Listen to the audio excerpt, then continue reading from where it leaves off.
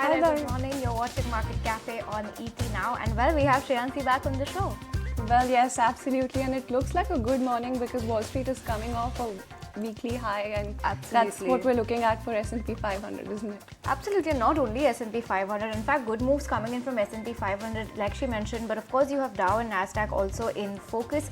Let's talk a little bit about the US markets then. And of course, stock futures are looking promising as of now. Not doing much, rather flat, but in the green nonetheless. But let's take a look at what the week that went by looked like for the US markets. On Friday, Dow closed at 46.59, up 0.2%. S&P 500 as well, 0.2% higher.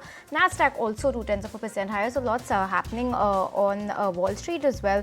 And as you know, stocks are coming off a winning week amid a volatile stretch for equities. Now, the broad rally, which is your S&P 500, rallied 3.9%, almost 4% to gain its best week since 2023.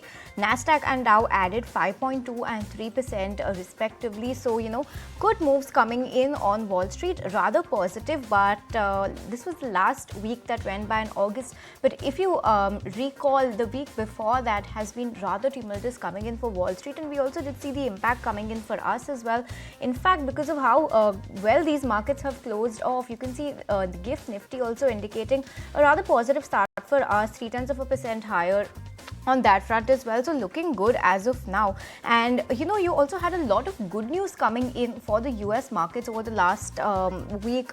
Retail sales numbers look promising. Initial jobless claims had improved compared to the weeks that we saw earlier, and results from Walmart also turned out to be pretty well. But remember, last week's rally also came off after August started on a rather turbulent front. You had disappointing recession data coming in.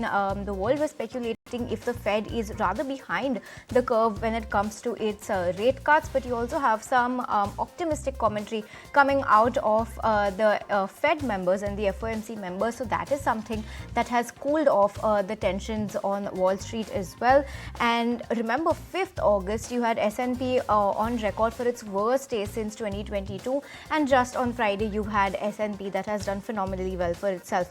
And you also have the 12-month inflation rate, right? The CPI that came in last week, that came at 2.9%, very close to the Fed's 2% target, and the street cheered this on, and it was overall a good week coming in for Wall Street last week.